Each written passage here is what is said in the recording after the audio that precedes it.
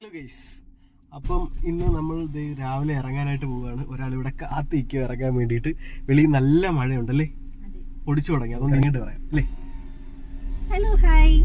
അപ്പൊ എല്ലാവർക്കും ഞങ്ങളുടെ ഹൃദയം നിറഞ്ഞ് പെരുന്നാൾ ആശംസകൾ. അപ്പൊ ഇന്ന് പെരുന്നാൾ ആയതുകൊണ്ട് നമ്മൾ വീട്ടിലേക്ക് പോകാൻ പോവുകയാണ്. അതെ, എന്താ സംഭവം എന്ന് വെച്ച് കഴിഞ്ഞാൽ വേറെ ഒന്നും അല്ല. ഒരു മിനിറ്റ്, കോപ്പിറൈറ്റ് സോങ് ഉണ്ടെന്നു. അപ്പൊ എന്താ സംഭവം എന്ന് വെച്ച് കഴിഞ്ഞാല് നമുക്ക് പെരുന്നാളായിട്ട് എന്ത് മേടിക്കണം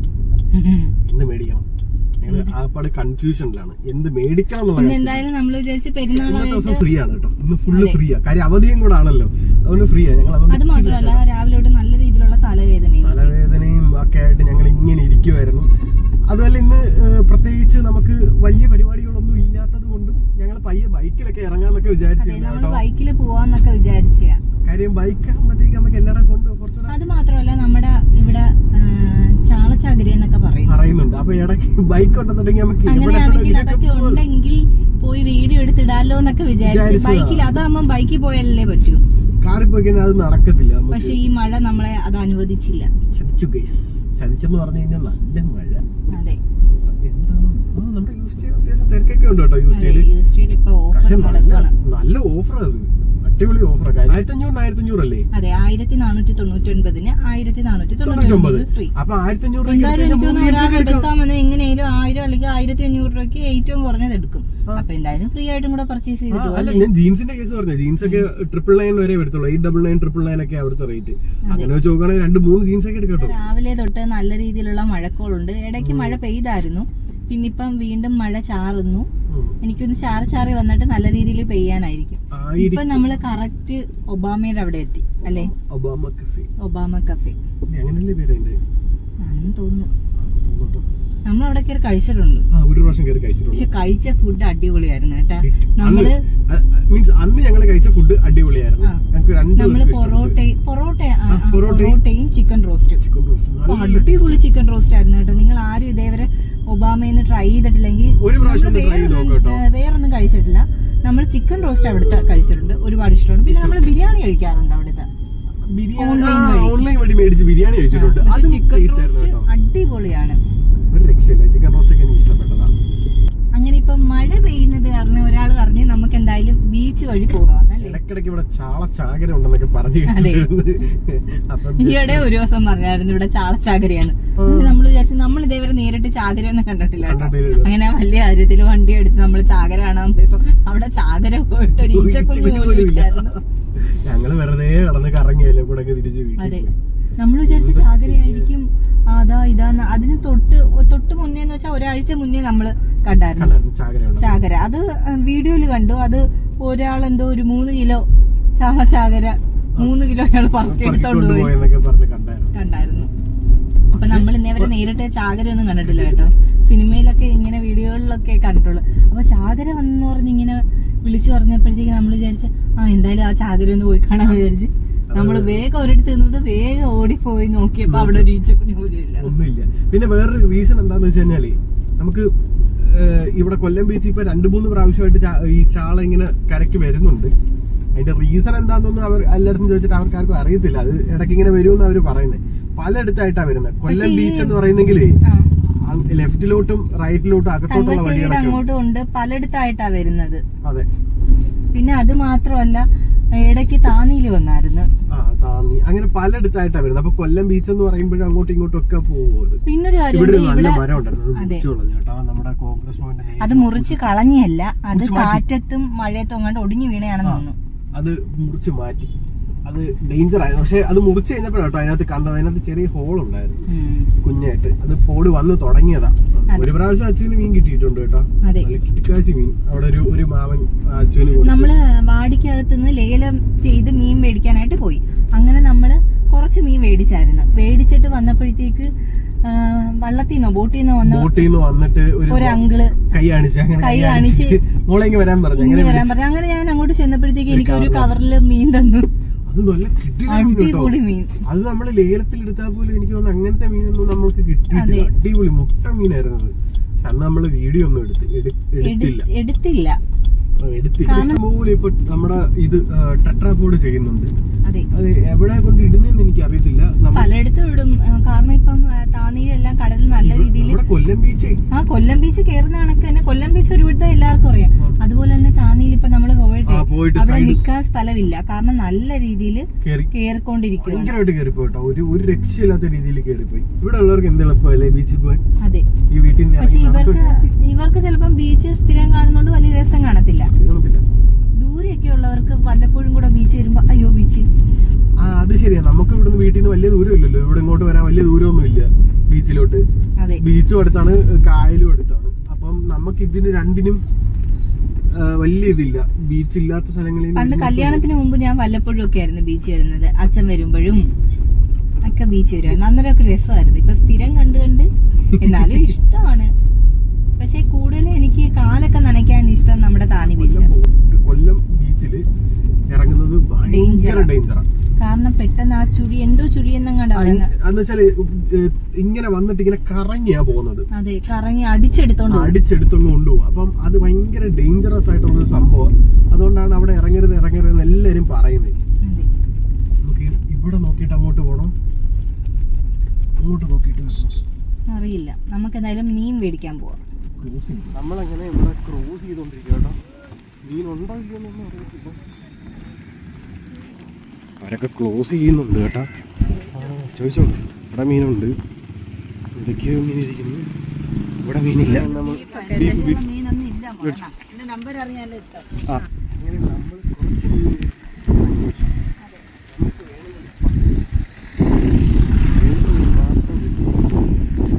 അത് നമ്മുടെ കൊല്ലം ബോട്ട്. ആ കാണുന്ന കൊല്ലം ബോട്ട്. നമ്മൾ കുറച്ച് മീൻ മാത്രം മേടിച്ചിട്ട് നമ്മൾ ഇറങ്ങും. അപ്പൊ 2 മീൻ മേടിച്ചിട്ടുണ്ട്. ഇനിയിപ്പോ മെയിൻ ടാസ്ക് എന്ന് പറഞ്ഞാൽ നമ്മുടെ വണ്ടി ഇവിടെ കിടപ്പുണ്ട്. ആദ്യമായിട്ടാണ് ഇതിനകത്ത് നമ്മള് മീൻ മേടിച്ചോണ്ട് പോകുന്നത്. അത് എനിക്കൊരു വിഷമം. ഞാൻ ചിക്കൻ പോലും ഇല്ലാതെ മേടിച്ചോണ്ട് പോയില്ലല്ലേ. അതിനുള്ള സജ്ജീകരണങ്ങളൊക്കെ ഞാൻ സെറ്റ് ചെയ്തിട്ടുണ്ട് അതിനകത്ത്. എന്നാലും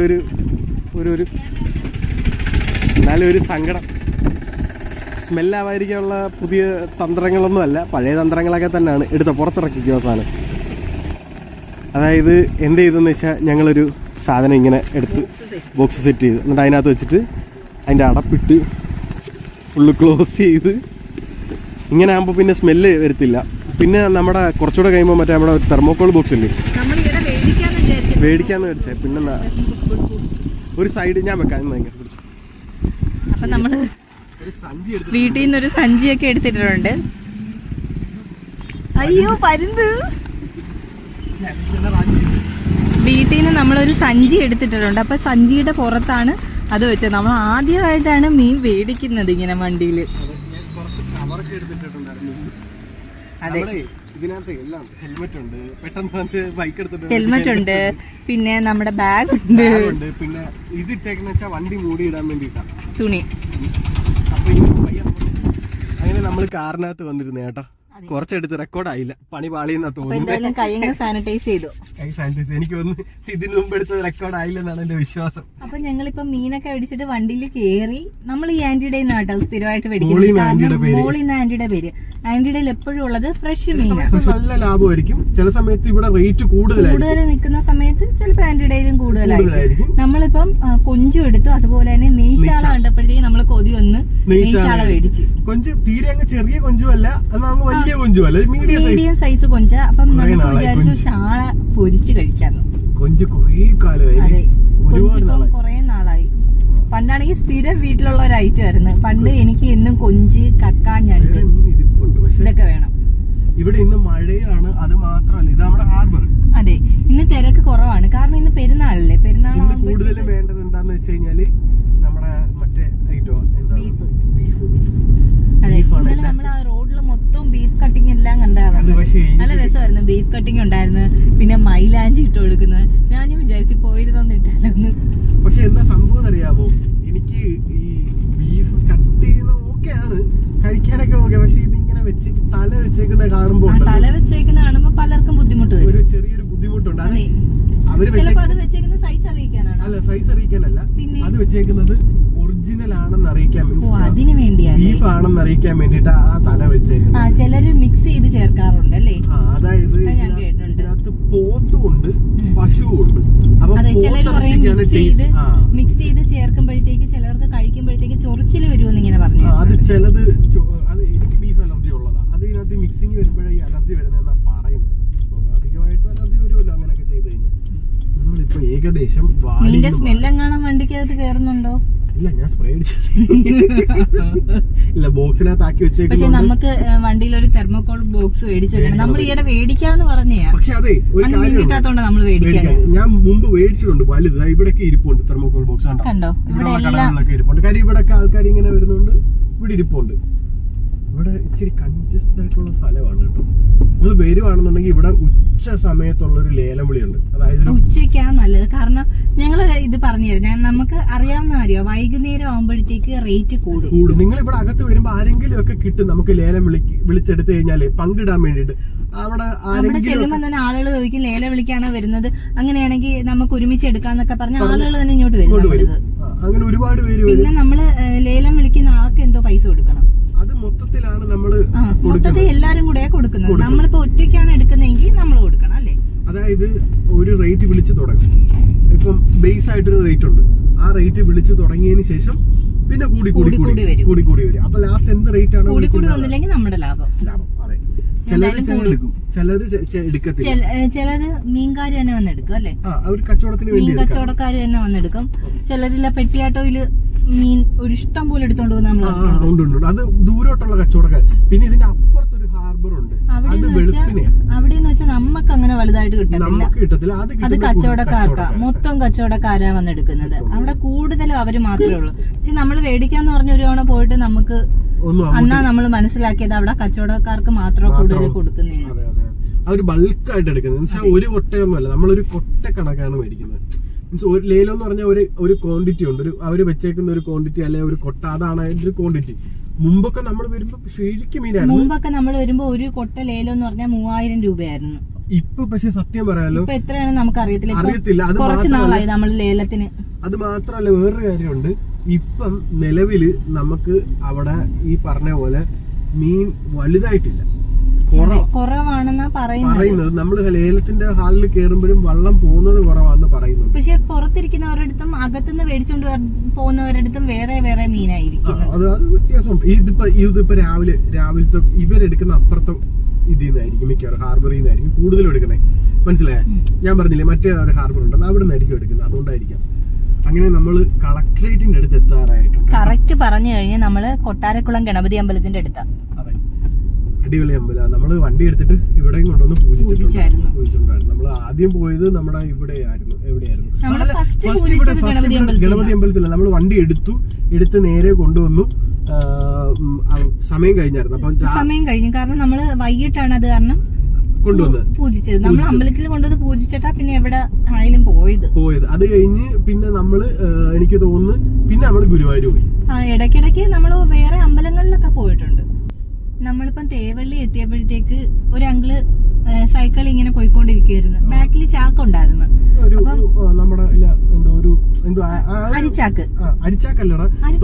അല്ല മറ്റേ ഇതാ എന്തോ സിമന്റിന്റെയോ അല്ലടാ, മറ്റേ നമ്മുടെ കയ്യിൽ ഇങ്ങനെ പിടിയൊക്കെ ഉള്ള ഒരു സാധനം ഉണ്ടല്ലോ, എന്തോ പറയുമല്ലോ, ബിഗ് ഷോപ്പർ അല്ല ഞാൻ കണ്ടത്, അരിച്ചാക്ക അല്ല ബിഗ് ഷോപ്പറാ.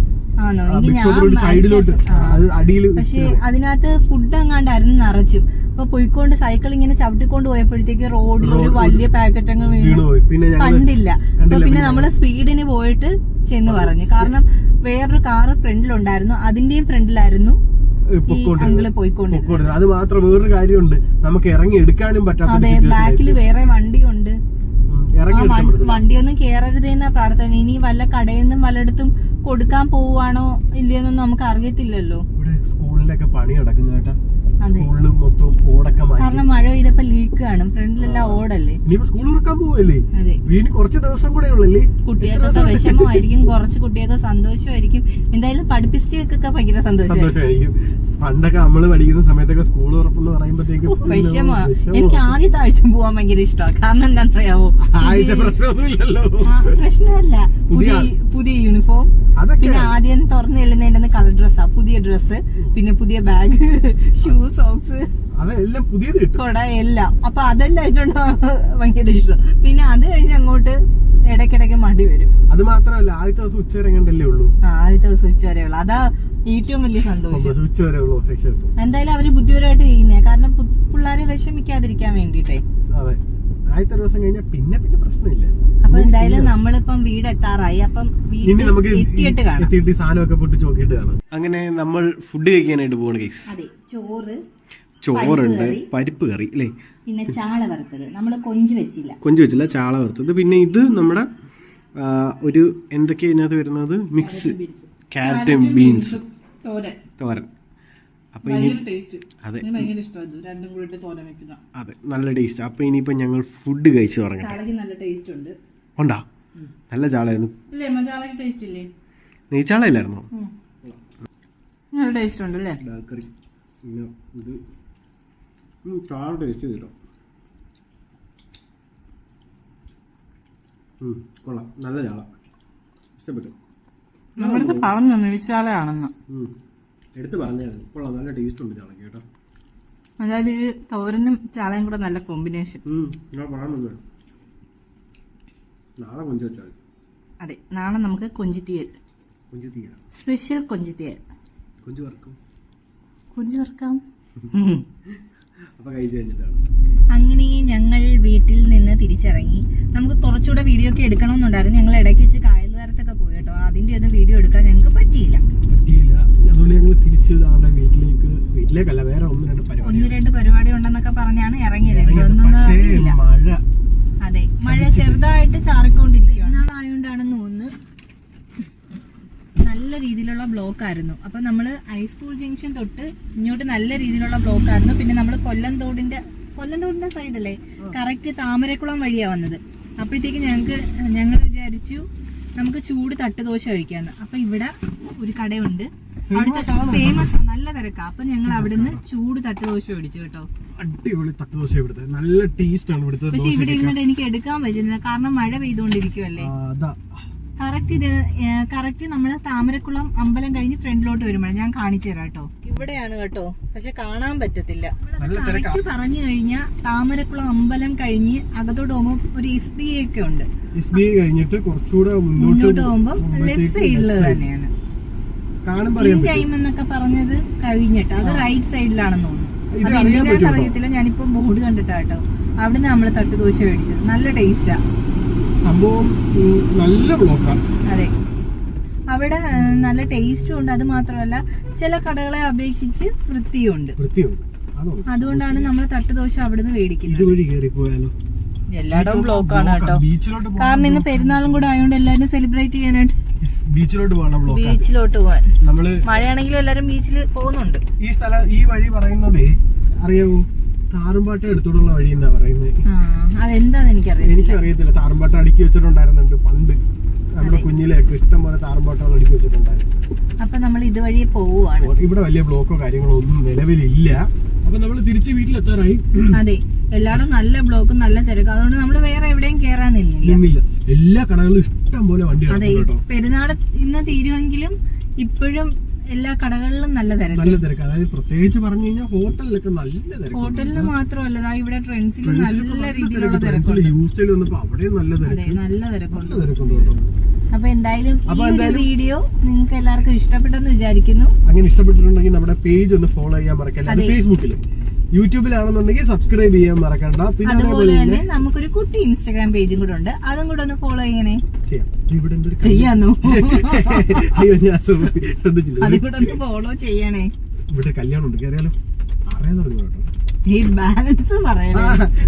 അപ്പൊ നിങ്ങൾ ഫോളോ ചെയ്യാട്ടോ. വീട്ടിന്റെ അടുത്തൊരു ഓഡിറ്റോറിയം ഉണ്ട്, അവിടെ ആരുടെയോ കല്യാണം നടക്കുന്നു, കയറിയാലോ എന്ന് ചോദിച്ചതാ. അപ്പൊ എന്തായാലും അടുത്തൊരു നല്ല വീഡിയോ ആയിട്ട് വരുന്നവരേക്കും ബൈ.